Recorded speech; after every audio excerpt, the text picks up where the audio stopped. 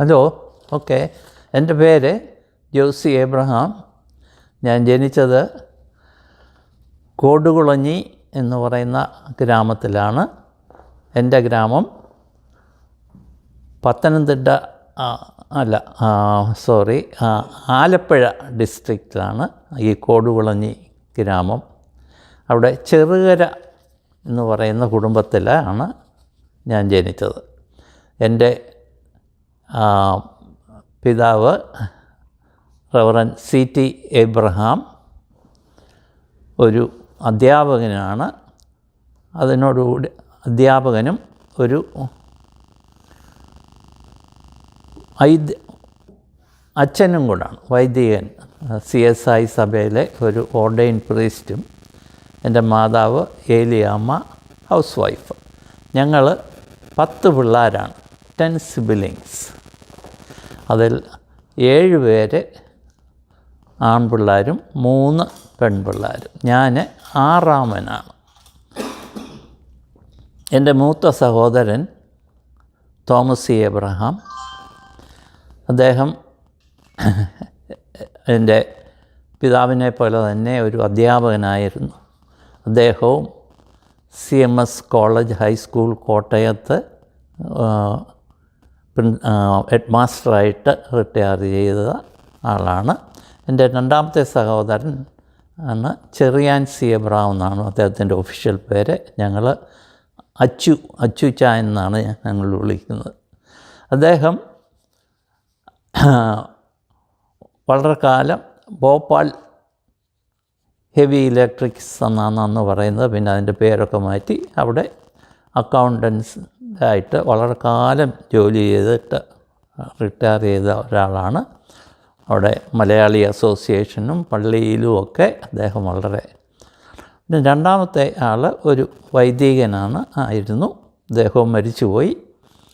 Kuruvila C. Abraham, KC Abraham എന്നാണ് പറയുന്നത്. CSI സഭയിലെ ഒരു ഓർഡൈൻ അച്ഛനായിരുന്നു. വളരെ പലർക്കും അറിയാവുന്ന ഒരു അച്ഛനാണ്. അച്ഛൻ ബാംഗ്ലൂരിലായിരുന്നു അച്ഛൻ്റെ പ്രവർത്തനം. പിന്നെ ഉള്ള 4ാമത്തെ ആളാണ് CA എബ്രഹാം എന്ന് പറയും. അദ്ദേഹം ഫാർമസ്യൂട്ടിക്കൽസ് ലാണ് വർക്ക് ചെയ്തുകൊണ്ടിരുന്നത്. അദ്ദേഹം ഇപ്പോഴും തിരുവനന്തപുരത്ത് ഫാമിലിയായിട്ട് ജീവിക്കുന്നു. പിന്നെ 5ാമത്തെ ആളുടെ പേര് റോയ് N. എബ്രഹാം. അദ്ദേഹം ഇപ്പോഴില്ല. അദ്ദേഹം കോട്ടയത്തായിരുന്നു അദ്ദേഹത്തിൻ്റെ വാസം. പിന്നെ 6ാമനാണ് ഞാൻ. എൻ്റെ താഴെയുള്ള ആളാണ് 3 പേര് ഗേൾസാണ്. അതിൽ ആദ്യത്തെ ആളാണ് മാഗിയൊക്കെ വിവാഹം കഴിച്ചിരിക്കുന്നത് ആണ് പുന്നക്കാട് മലയിൽ കുടുംബം. അതിനുള്ള സണ്ണി ചെറിയ കോശി. അവർ വളരെ കാലം കുവൈറ്റിലായിരുന്നു. അത് കഴിഞ്ഞ് ഇപ്പം തിരുവനന്തപുരത്ത് സെറ്റിൽ ചെയ്തിരിക്കുന്നു. പിന്നുള്ള ആളിൻ്റെ പേരാണ് ബെറ്റി എലിസബത്ത്. അവളെ വിവാഹം കഴിച്ചിരിക്കുന്നത് ഒരു വൈദികനാണ്, തോമസ് ജോൺ അച്ഛൻ. അച്ഛൻ ആലുവ UC കോളേജിലെ ഒരു പ്രൊഫസറാണ്. അച്ഛനും റിട്ടയർ ചെയ്ത് അവർ 2 പേരും ആലുവയില്ല ആണ് ഇരിക്കുന്നത്. പിന്നുള്ള ആളുടെ പേര് ഞങ്ങൾ വിളിക്കുന്ന കൊച്ചുമോളെന്ന്. അവളുടെ അന്നമ്മ എന്നാണ് അവളുടെ ഒഫീഷ്യൽ പേര്. അവളുടെ ഭർത്താവും അവർ എസ്റ്റേറ്റുകാരാണ്, പൂപ്പാറ എസ്റ്റേറ്റ്സിലാണ്. അവളുടെ ഹസ്ബൻഡ് മരിച്ചുപോയി. അവളും ഇപ്പോൾ ആലുവയിൽ അവളും അവളുടെ ഇളയ മകനും കൂടെ ഒന്നിച്ച് താമസിക്കുന്നു. ഒരു 2 പിള്ളേരാണ്. മൂത്തവൻ ആലുവയിൽ സെറ്റിൽ ചെയ്തിട്ടുണ്ട്. പിന്നെ ഉള്ളതാണ് ഏറ്റവും ഇളയവനാണ് കൊച്ചുമോൻ എന്ന് പറയും. അവന് മാത്യു എബ്രഹാം. അവൻ ഒരു സയൻറ്റിസ്റ്റാണ്. അവൻ ഡോക്ടറേറ്റൊക്കെ എടുത്ത് ഈ എനർജി ഫീൽഡിൽ ഇപ്പോഴും വളരെ ഇതായിട്ട് കൺസൾട്ടൻ്റായിട്ടുമൊക്കെ വർക്ക് ചെയ്യുന്നു. അവൻ ചെന്നൈയിലാണ് അവൻ സെറ്റിൽ ചെയ്തിരിക്കുന്നത്. കോടുകുളഞ്ഞിയെപ്പറ്റി പറയുകയാണെങ്കിൽ എനിക്ക് വളരെ ചുരുക്കമായിട്ടുള്ള ഓർമ്മയേ ഉള്ളൂ. ഞാൻ എൻ്റെ ഗ്രാൻഡ് മദറിനെ മാത്രമേ എനിക്ക് ഓർമ്മയിലുള്ളൂ. വല്യമ്മച്ചി വളരെ പണ്ടത്തെ ഒരു ടീച്ചറായിരുന്നു. ആച്ചിയമ്മ ടീച്ചർ എന്നാണ് അവിടെയൊക്കെ അറിയപ്പെടുന്നത്. സമ്മർ വെക്കേഷൻ കാലത്ത് അവിടെ അമ്മച്ചിയുടെ കൂടെ വല്യമ്മച്ചിയുടെ കൂടെ പോയി താമസിക്കുന്നതും കൂടെ പള്ളിയിൽ പോകുന്നതും ഒക്കെ മാത്രമേ എനിക്ക് ഓർമ്മയുള്ളൂ. പിന്നെ എൻ്റെ അമ്മയുടെ വീട് വെൺമണി എന്നുള്ള, അത് കോടുകുളഞ്ഞി പോലെ ഒരു 1-1.5 കിലോമീറ്റർ മാറിയാണ് വെൺമണി എന്നുള്ള ഒരു സ്ഥലം. മാർത്തോമാക്കാരുടെ ഒരു വലിയൊരു പള്ളിയൊക്കെ അവിടെ ഉണ്ട്. അവിടെ വല്ലപ്പോഴും ഇങ്ങനെ പോകും. വല്യപ്പച്ചൻ മാത്രം, അദ്ദേഹം ഒരു കൃഷിക്കാരനായിരുന്നു. എമ്മോ ചെറിയാൻ ആയിരുന്നു അദ്ദേഹത്തിൻ്റെ പേര്. എൻ്റെ അമ്മച്ചി അവിടുത്തെ അവർക്ക് 6 വല്യപ്പച്ചൻ 6 പെൺപിള്ളേരായിരുന്നു. അവിടുത്തെ 2ാമത്തെ ആളായിരുന്നു എൻ്റെ അമ്മ. പിന്നെ അവിടെയും അങ്ങനെ വല്ലപ്പോഴും പോയി താമസിക്കുമായിരുന്നു. ഇതിൻ്റെ കാരണം എൻ്റെ ബാല്യകാലം എല്ലാം ഞാൻ കോട്ടയത്തായിരുന്നു സ്പെൻഡ് ചെയ്തിരുന്നത്. അതായത് എൻ്റെ ഫാദർ, എൻ്റെ അച്ചായൻ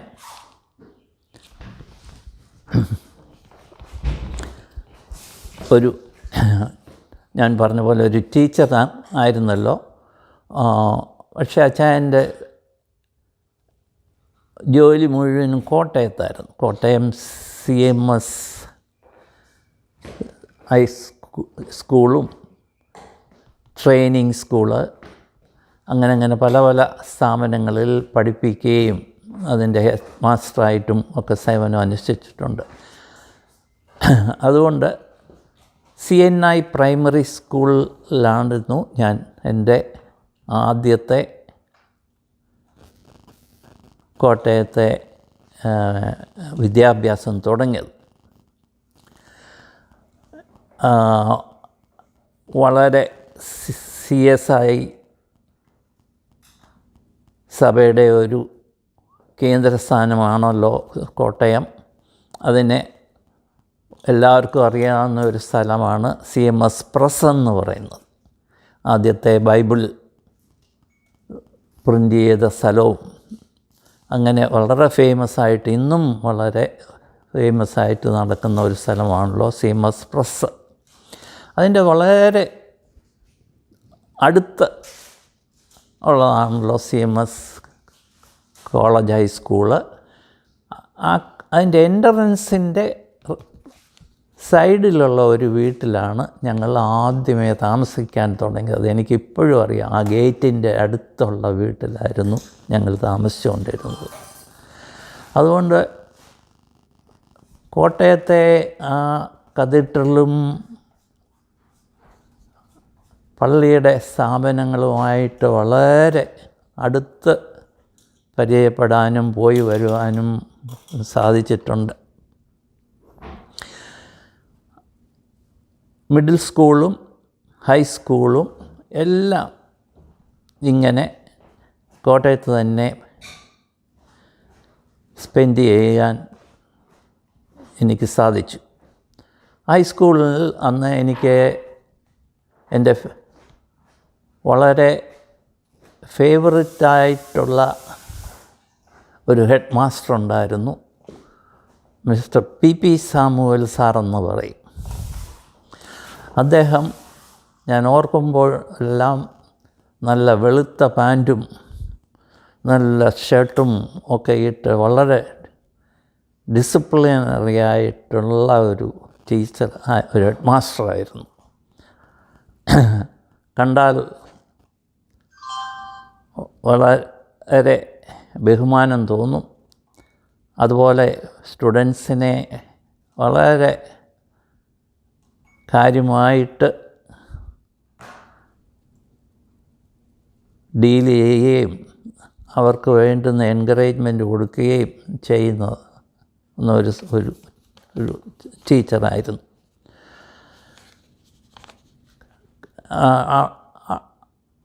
അന്നത്തെ കാലത്ത് ക്രിസ്ത്യൻ എഡ്യൂക്കേഷൻ എന്ന് പറഞ്ഞ ഒരു ഗ്രൂപ്പ് ഹൈസ്കൂളിൽ ഫോം ചെയ്യുന്നുണ്ടായിരുന്നു. ഒരു ചെറിയ തുക ഒരു സ്കോളർഷിപ്പ് പോലെ ഇങ്ങനെ തന്ന് എനിക്കും ആ ഒരു വളരെ ചുരുക്കമായുള്ളൊരു എൻകറേജ്മെൻറ്റ് കൊടുക്കാൻ വേണ്ടി ഇതിന് തന്ന് സഹായിച്ചിട്ടുമുണ്ട്. അതിപ്പോഴും ഞാനത് ആ കാര്യങ്ങൾ ഓർക്കുന്നു. അതുപോലെ തന്നെ വളരെ ഡിസിപ്ലിനറിയനായ ഒരാളാണ്. അവിടുത്തെ ഇതിൽ നിന്ന് പലതും എനിക്ക് പഠിക്കാനും സാധിച്ചിട്ടുണ്ട്. ഞാൻ ഒരു സംഭവം വളരെ പറയാം. എന്നും രാവിലെ ചാപ്പൽ സർവീസുണ്ട്. അതിന് അങ്ങോട്ട് സ്റ്റുഡൻസിനെ എൻകറേജ് ചെയ്യും പോയി അറ്റൻഡ് ചെയ്യാനായിട്ട്. അന്ന് കമ്പൽസറി ഒന്നുമല്ല, നിങ്ങൾക്ക് വേണേൽ പോയി അറ്റൻഡ് ചെയ്യാം ഒക്കെയാണ്. അവിടെ ചാപ്പൽ സർവീസ് പോകുമ്പോൾ അവിടെ ഒരു വർഷിപ്പ് ബുക്കുണ്ട്, ഒരു ഇംഗ്ലീഷ് വർഷിപ്പ് ബുക്ക് ഉണ്ട്. പിന്നെ ആ ബുക്കിൻ്റെ ലാസ്റ്റ് പേജ് നമ്മുടെ ലോർഡ്സ് പ്രേയർ ഇങ്ങനെ പ്രിൻ്റ് ചെയ്ത് അവർ ഫാദർ നെവൻ ഇങ്ങനെ ആ ഒരു ഇത് പ്രിൻ്റ് ചെയ്യുക ഒരു കട്ടുള്ള ഇതുണ്ട്, ഒരു പേജുണ്ട്. ഉടനെ അന്ന് ഞാൻ ഹൈസ്കൂളിൽ പഠിക്കുന്ന കാലത്ത് എനിക്ക് തോന്നുന്നു 8th ഗ്രേഡിലാണെന്ന് തോന്നുന്നു. എൻ്റെ സഹോദരനായിരുന്നു അന്നത്തെ എൻ്റെ ടീച്ചർ. ഞാൻ പറഞ്ഞല്ലോ, എൻ്റെ മൂത്ത സഹോദരൻ തോമസ് എബ്രഹാം ആയിരുന്നു എൻ്റെ ടീച്ചർ. പിന്നെ ഒരു അസൈൻമെൻ്റ് ആയിരുന്നു എല്ലാവരും ലോർഡ്സ് പ്രേയർ കാണാതെ പഠിക്കണം എന്നുള്ള ഒരിത്. ഉടനെ എല്ലാവർക്കും എങ്ങനെയാടാ ഇതൊന്ന് പഠിക്കുന്നത്, ഒരു പ്രിൻ്റ് കിട്ടിയിരുന്നെങ്കിൽ നന്നായിരുന്നു. അന്നത്തെ ഒരു കുസൃതി മെൻറ്റാലിറ്റി എല്ലാവർക്കും ഉണ്ടല്ലോ. ഞങ്ങളെല്ലാവരും കൂടെ ഒരു പ്ലാൻ ചെയ്തു. നമുക്ക് ആ ബുക്കിൻ്റെ അവസാനത്തെ ആ പേജ് ഒന്ന് പറിച്ചെടുത്തുകൊണ്ട് വന്ന് ഇത് ചെയ്യാമല്ലോ. അത് വെച്ചൊരു 4-5 ഞങ്ങളൊരു കൂട്ടുകാരെല്ലാവരും കൂടെ കൂടി അതെടുത്തു ഇത് കാണാതെ പഠിക്കാൻ വേണ്ടി. എങ്ങനെയോ എൻ്റെ ബ്രദറിൻ്റെ ചെവിയിൽ അത് പെട്ടു. ഇങ്ങനൊരു സംഭവം നടന്നു. അദ്ദേഹം ഒരു ദിവസം ക്ലാസ്സിൽ രാവിലെ വന്ന് ചോദിച്ചു, ആരാടാ എഴുന്നേറ്റ് നിൽക്കേ, ആരൊക്കെയാണ് ഇത് ചെയ്തതെന്ന് പറഞ്ഞു. ഞാൻ അവിടെ നിന്ന് അങ്ങ് വിറയ്ക്കാൻ തുടങ്ങി. പതിയെ എഴുന്നേറ്റ് നിന്നു. പുള്ളി വളരെ കോപത്തോടെ സ്വന്തം സഹോദരനല്ലേ ഇത് ചെയ്തതെന്നുള്ള ആ ഒരു ഇതിൽ നിന്ന് എൻ്റെ അടുത്ത് വന്ന് തലക്കിട്ട് ഒരടി. നിങ്ങൾക്ക് ഇമാജിൻ ചെയ്യാമല്ലോ എന്തുമാത്രം സങ്കടത്തോടെ ഞാൻ എല്ലാവരുടെയും മുമ്പിൽ ഇന്നും അത് പറയുമ്പോൾ എനിക്ക് വളരെ ഇത് തോന്നുന്നതാണ്. അങ്ങനെ ജീവിതത്തിൽ വളരെ ഫ്യൂച്ചറിലേക്ക് ഉപയോഗിക്കത്തക്കവണ്ണം പല പാഠങ്ങൾ പഠിക്കാനുള്ള ഒരു സ്റ്റേജായിട്ട് ഞാൻ